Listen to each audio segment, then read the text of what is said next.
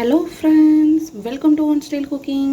நாம் இன்றைக்கி பார்க்க போகிற ரெசிபினான்னு பார்த்தீங்கன்னா ரொம்பவே சூப்பரான சப்பாத்தி, பூரி, ரைஸோட எல்லாத்தோடையும் ரொம்பவே சூப்பர் காம்பினேஷன் உருளைக்கிழங்கு குழம்பு தாங்க பார்க்க போகிறோம்.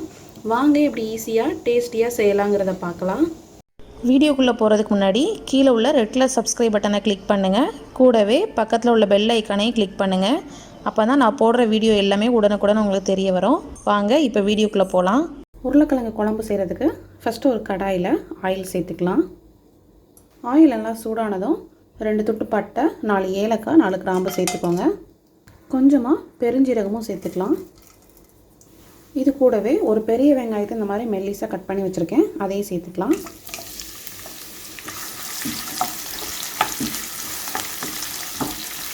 வெங்காயம் சேர்த்து நல்லா வதக்கிக்கோங்க. வெங்காயம் வதங்கும் போதே கொஞ்சமாக கருவேப்பிலையை இந்த மாதிரி கிள்ளி சேர்த்துக்கோங்க. வெங்காயம் இந்தளவுக்கு நல்லா டிரான்ஸ்பரண்ட்டாக வதங்கினதுக்கப்புறம் இதில் இஞ்சி பூண்டு பேஸ்ட் சேர்த்துக்கலாம். நான் ஒரு 2 ஸ்பூன் போல் இஞ்சி பூண்டு பேஸ்ட் சேர்த்துருக்கேன். இதையும் சேர்த்து பச்சை வாசனை போகிற வரைக்கும் நல்லா வதக்கிக்கோங்க. இது கூடவே நம்ம மசாலா ஆட் பண்ணிடலாம். ஒரு 1/4 டீஸ்பூன் போல் மஞ்சள் தூள், ஒரு 2 ஸ்பூன் பார்த்திங்கன்னா குழம்பு மிளகாத்தூள் சேர்க்குறேன். இதில் பார்த்திங்கன்னா கொத்தமல்லியும் மிளகாத்தூள் மட்டும்தான் சேர்த்து அரைச்சிருக்கு. கூடவே கொஞ்சம் கரம் மசாலா சேர்த்துக்கலாம். கரம் மசாலா ஒரு 1 டீஸ்பூன் அளவு சேர்த்துருக்கேன். இதெல்லாம் சேர்த்து நல்லா அந்த ஆயிலே வதக்கிக்கோங்க. இந்த மாதிரி வதக்கும் போது நம்மளுக்கு அதில் பச்சை வாசனையும் போயிடும், கலரும் நல்லா நம்மளுக்கு கிரேவிக்கு கொடுக்கும். ரொம்ப நேரம் வதங்க விடாமல் நம்ம தக்காளி ஆட் பண்ணிடலாம். தக்காளி ஒரு பெரிய சைஸ் பழுத்த தக்காளியை இந்த மாதிரி கட் பண்ணி சேர்த்துருக்கேன். நீங்கள் ரொம்ப சின்ன சைஸ் பழமாக இருந்ததுன்னா 2 சேர்த்துக்கோங்க. இது வதங்கும் போதே இதுக்கு தேவையான உப்பு சேர்த்துக்கலாம்.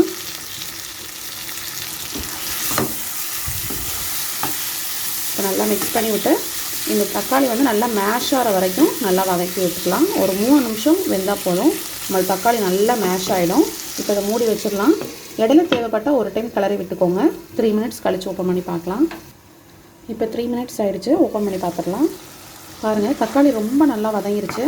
நல்லா மேஷ் பண்ணி விட்டுக்கோங்க.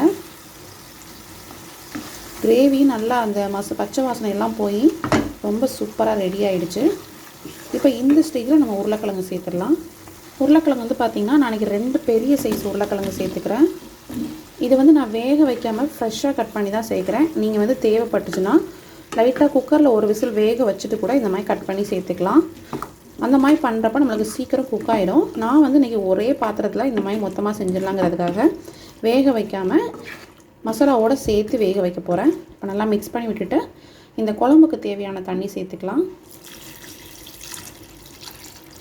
உங்களுக்கு தேவையான அளவு தண்ணி சேர்த்து நல்லா மிக்ஸ் பண்ணிக்கோங்க. இது கூடவே குழம்புக்கு உப்பு ஏதாவது தேவைப்பட்டுச்சுன்னா நீங்கள் ஆட் பண்ணிக்கலாம். நான் கொஞ்சமாக மட்டும் உப்பு ஆட் பண்ணுறேன். இப்போ இதை மூடி வச்சிடலாம்.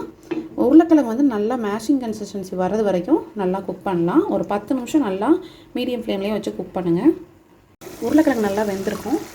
இந்த ஆயிலெலாம் நல்லா பிரிஞ்சு உருளைக்கிழங்கு நல்லா வெந்திருக்கும். பாருங்கள், இந்த ஸ்டேஜில் நீங்கள் உங்களுக்கு தேவைப்பட்டுச்சுன்னா தேங்காய் அரைச்சி சேர்த்துக்கலாம். இல்லை தேங்காய் அரைக்காமல் எனக்கு திக்காக வேணும்னு நினச்சிங்கன்னா கொஞ்சமாக உருளைக்கிழங்கை இந்த மாதிரி மேஷ் பண்ணி விட்டுக்கோங்க. இந்த மாதிரி மேஷ் பண்ணிங்கன்னா உங்களுக்கு அதே நல்ல ஒரு திக்னஸ் கிடைக்கும். நம்மளோட உருளைக்கிழங்கு குழம்பு ரெடி ஆகிடுச்சு.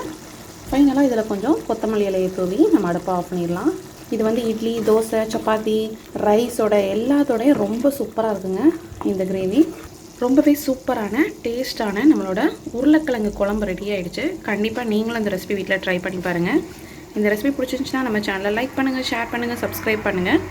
மறக்காமல் இந்த வீடியோ பற்றின கமெண்ட்ஸையும் கமெண்ட் பாக்ஸில் தெரிவிங்க. நெக்ஸ்ட் ஒரு சூப்பரான வீடியோவில் உங்களை மீட் பண்ணுறேன். தேங்க்யூ.